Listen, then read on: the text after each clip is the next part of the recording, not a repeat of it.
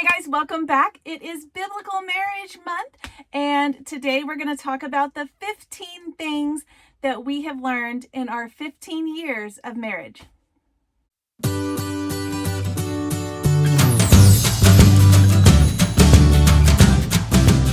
right, guys, welcome back. I am Laura Wilkie. I'm a Christian stay-at-home homeschool mama of 7, and normally my YouTube channel is all about homeschooling or homemaking. But because the world has decided to put an emphasis in June on celebrating things that are unbiblical, we are turning that around and we are going to be celebrating biblical marriages. So I have already shared with you guys what we're going to be doing in our home for teen dating or teen courting, dating with a purpose. I have shared with you guys the biblical role of a wife and of a husband in a marriage. These are all in the playlist called Biblical Marriage Month 2024. So you can go check those out. If you missed any of them, it is linked below. My husband and I have been married for 15 years. We have been together for 20, and we have learned way more than 15 things. But I thought 15 years, 15 things, that's fun. So that's what we're doing. Let's get started. All right, guys, let's look at number 1. The first one I have is to serve. To serve. Do for the other selflessly. This seems like something that's so obvious, yet in many marriages, it is something that we do for strangers. It's not something that we do for our own spouse. The people living in our home are the people that we should be serving first, our children and our spouses. And more often than not, I see this all the time where you have that kind of comfortable relationship with people in your home, and you feel okay just letting down your guard and getting angry or this or that, things that you would never do with a stranger or with your neighbor or with other people.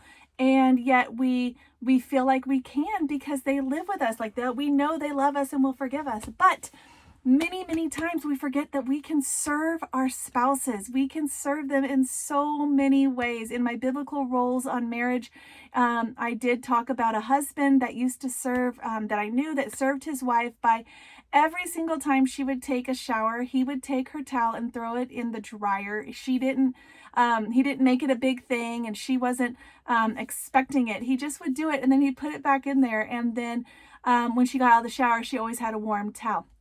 These little things, just little things add up to a huge gratefulness, beautifulness in your marriage, and they mean so much.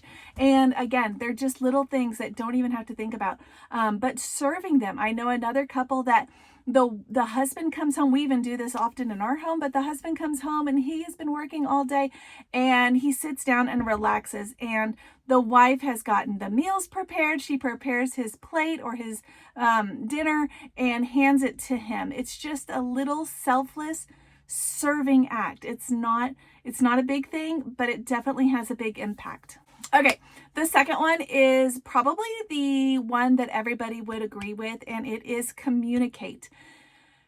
Communication is huge in marriages, and I feel more often than not, we see relationships fall apart because of a lack of communication. Not only that, but a lack of communication that is respectful to the other person, not yelling and screaming at each other, not belittling each other, not, right? But just actual real communication. And again, like you would speak to someone that you respect, that's how we should be treating our spouses. So how you would speak to a person in authority, how you would speak to someone that maybe is your boss or something like that.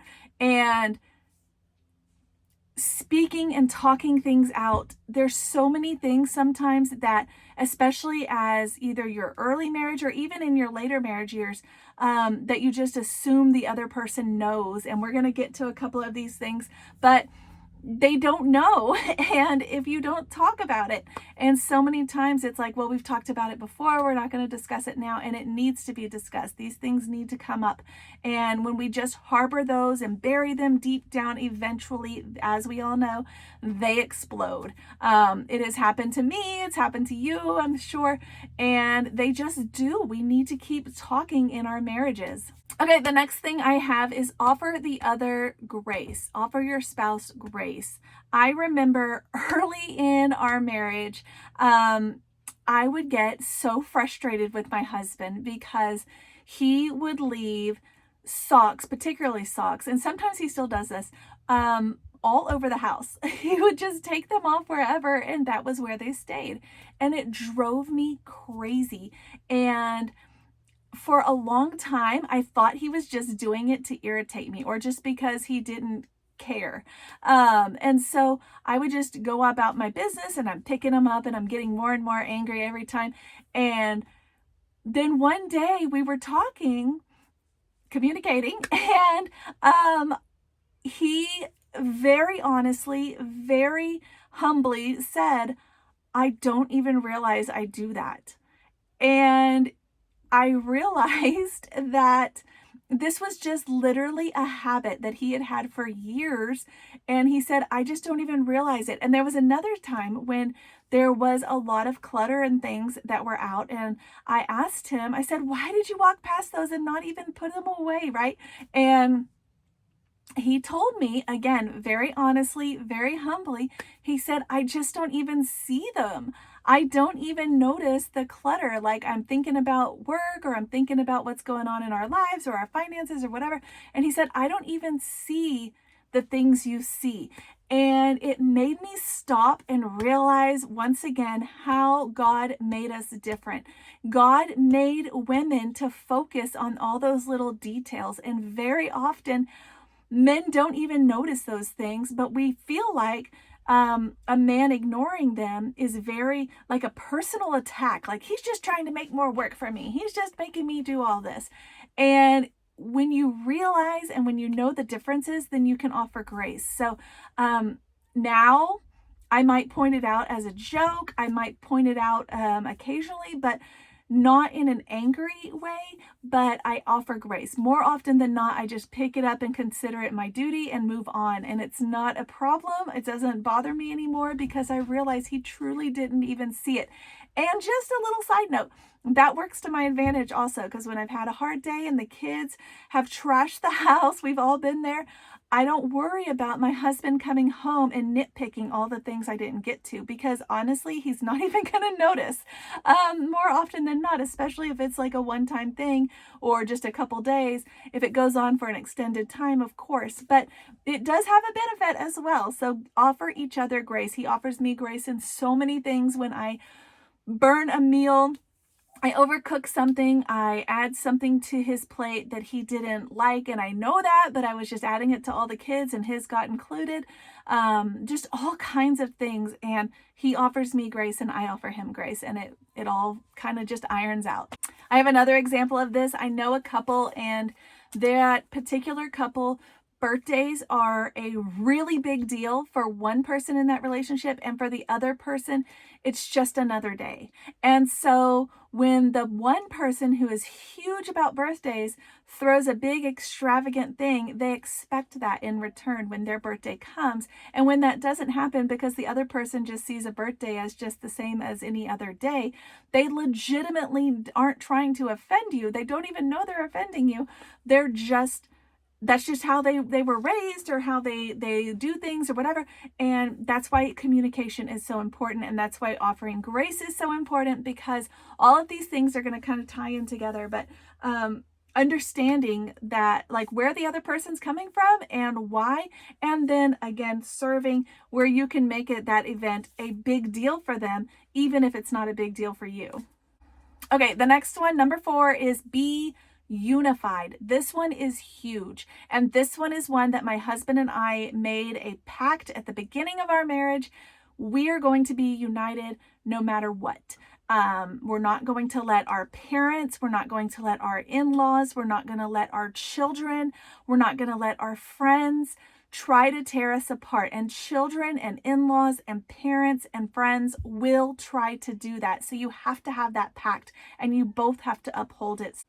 Parents, they just want what's best for their child. And when they see their child's spouse making a mistake, they're going to try to jump in there. And they may say things like, well, they don't know what they're talking about. And you have to be unified with your spouse and stick up for them. You have to be. Children will do this. They will ask one parent, can I do this? And that parent will say no. And they'll go ask the other parent, can I do this? And now that parent says yes. The parents need to come together when they find that out and say, wrong. You cannot pit us against each other. We are a united front. We're going to stick together. And so that has to be punished, And so one of the things that you might want to remember is eventually your children have to move out. They will. And who is left in your home is your spouse. I remember another time when there was something, I was like at my dad's house, and I don't really remember what the whole situation was about, but I remember whatever it was, my dad and my husband, who get along great and are great friends, whatever the situation was, they disagreed about the two things whatever we were discussing. And I remember going to my dad and saying, well, should I talk to him? What should I do? And my dad gave me the wisest advice he could have given me. And he said, you need to do what your husband says or what he thinks, because he is the one you're going home with tonight. You're not coming home with me. You're going home with your husband. So you need to do what he says or whatever on this thing. Now, this wasn't a huge issue. It wasn't something that was going to make or break us or anything like that. But he was basically saying, in this situation, you need to be supporting your husband because he is your spouse. And I am so thankful that my dad led me that direction, because it's true. Spouses need to be united. Okay, the next one I have is don't gossip. When I say don't gossip, I am specifically referring to about your spouse. I see this so many times. I will see two women get together and complain about their husbands, or I will see two men get together and complain about their wives. And we do not need to do that. Again, we need to be united, unified. And if we are not unified and united, then our marriages will fall apart. And I remember my husband, he just naturally had this mindset. I'm sure it was something that was set from watching his parents' marriage, but he naturally had this mindset. And I remember he told me, he was telling me a conversation he had with one of his friends, and it was a good friend, but it was at work. And that good friend told him, I noticed that you never say anything bad about your wife. And I know she can't be perfect, but you never say anything bad about her. And my husband just kind of thought about it like it was so natural. He hadn't even realized that. And he said, yeah. And then the friend said, everybody else here that works at this company, that's all they do is complain about their spouses, but you never say anything bad about your spouse. And my husband came to me and he said, my friend told me this, and I didn't even realize that's what I was doing. And I was so proud of him. I was so happy that he maintained that, even in an atmosphere, even in an environment where everybody else is doing that. He maintained that him and me were united. Now, this was years back. Now, looking at the impact of that, we are still happily married. Many people that were at that that were in that situation are now divorced or on a multiple marriages now. That particular friend was not married at the time, but now is married, because he commented that was something he wanted to do with his marriage when he got married, and he is now happily married. And it's just that ripple effect, and it can happen, and it can be good or it can be bad. And I'm so glad, I'm so thankful that we have made that pact, that we are united and we are not going to gossip about one another. I'm not going to call my parents and you're not going to believe what he did this time. I'm just not. Even if my parents or his parents start to complain about the spouse with one of us, I'm going to defend him because that is my job as his partner. That is my job as his spouse, as his helper in life. That is my job, is to support him, and that's what I'm going to do. Okay, number 6 is to date each other. This is super simple in like the first maybe 5 years of marriage. And then kids come along and bills start mounting and financial things. And you know what? Dates don't even have to be expensive. I will link below a video I did on dates that we do and how we make them super cheap or free so that we can still date each other without having to spend an arm and a leg. So if you want to check that out, it is linked below. But date each other. Go find those events. They don't even have to be like the same kind of dates. I feel like the typical date is like dinner and a movie, right? And they don't have to be that. When you're married, or even if you're not, but when you're married, you can do so many other things. I mean, even a date that is just simply going to the grocery store without the kids, or going to a coffee shop, or going for a walk. All of these things can be dates as well. Maybe there's a restaurant, but you don't want to take the whole family. Maybe it would be expensive, or it's not really appropriate for kids. Just you and your spouse would be perfect. Maybe there's, I know one of my cousins who enjoys going on dates with her spouse, but they always do the most creative dates. Like they do pottery painting, and they do the painting where there's a leader painting and everybody copies. They do axe throwing. They do like an archery thing. They do all these fun creative things, and I think it's so awesome that they're able to do that. Horseback riding, not just your typical dinner and a movie. Now, we have a big family, so some of those are kind of out of our price range right now, but eventually we will get there. And I think dating your spouse in whichever capacity you are in, whether you have a lot of money or you need them to be free, whichever, it's possible to date your spouse either way. Okay, number 7, we are about halfway through this list. Wow. Number 7 is grow together. Okay, it seems obvious because you're going to change from the person you were that you met your spouse. You're going to change. And my husband and I have changed. We have a different taste in music, different taste in movies than we did when we first got married. And you change. So grow together. We have different interests. We always laugh about this house that we wanted to buy years ago when we first got married.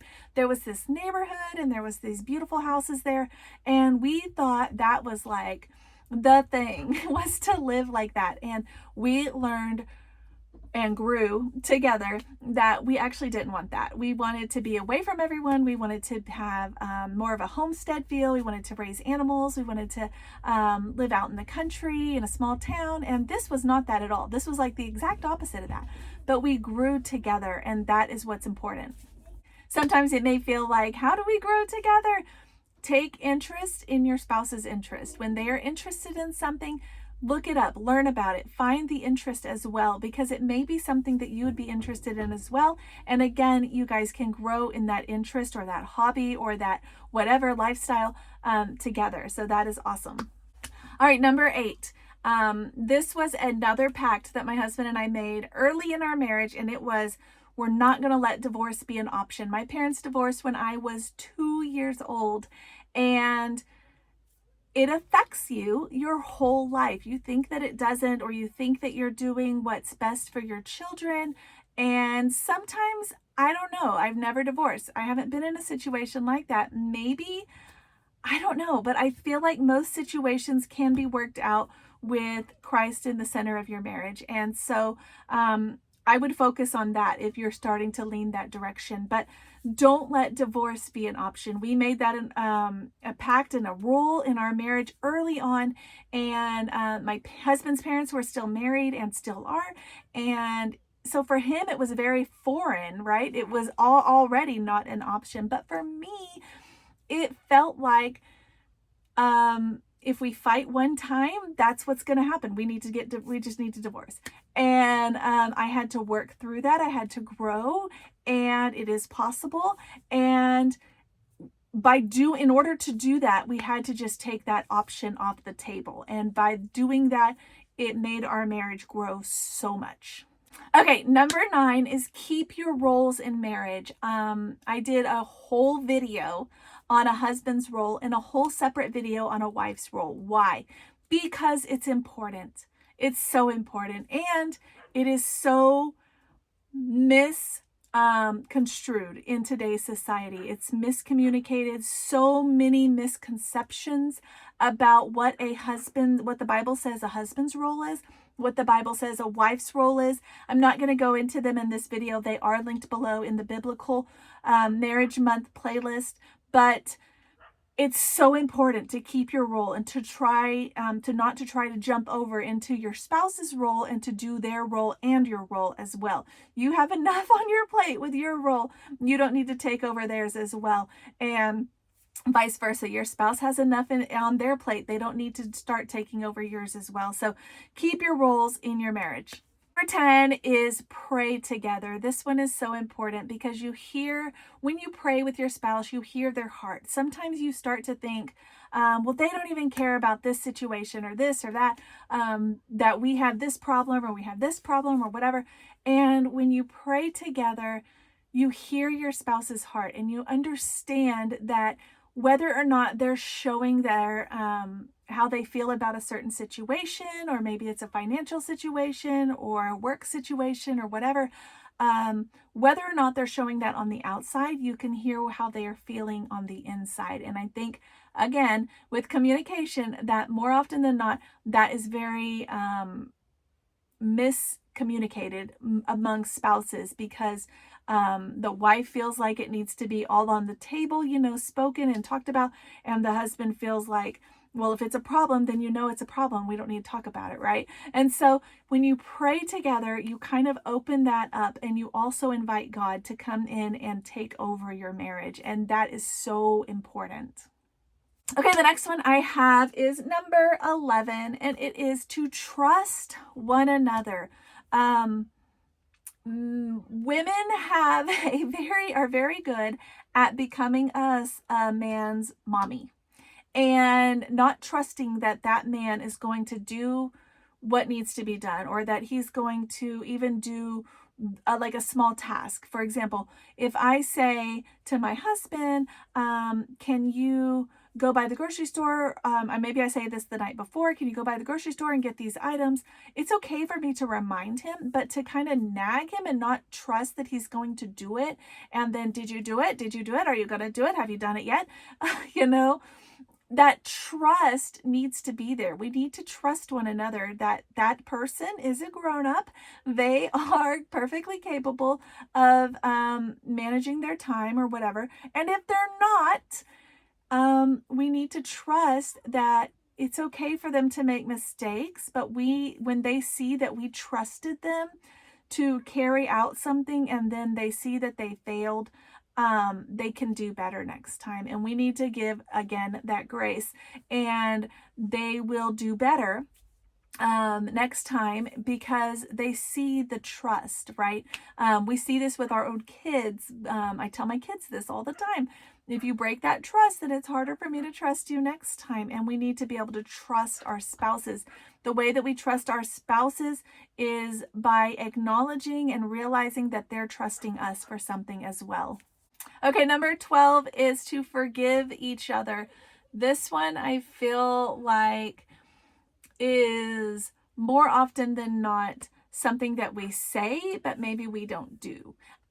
Like we might say, okay, well, I forgive you, but then you're still mad about it, right? Like, is that true forgiveness? If you're still angry about it, but realizing we are all human, we all make mistakes, and we do have to learn how to forgive one another.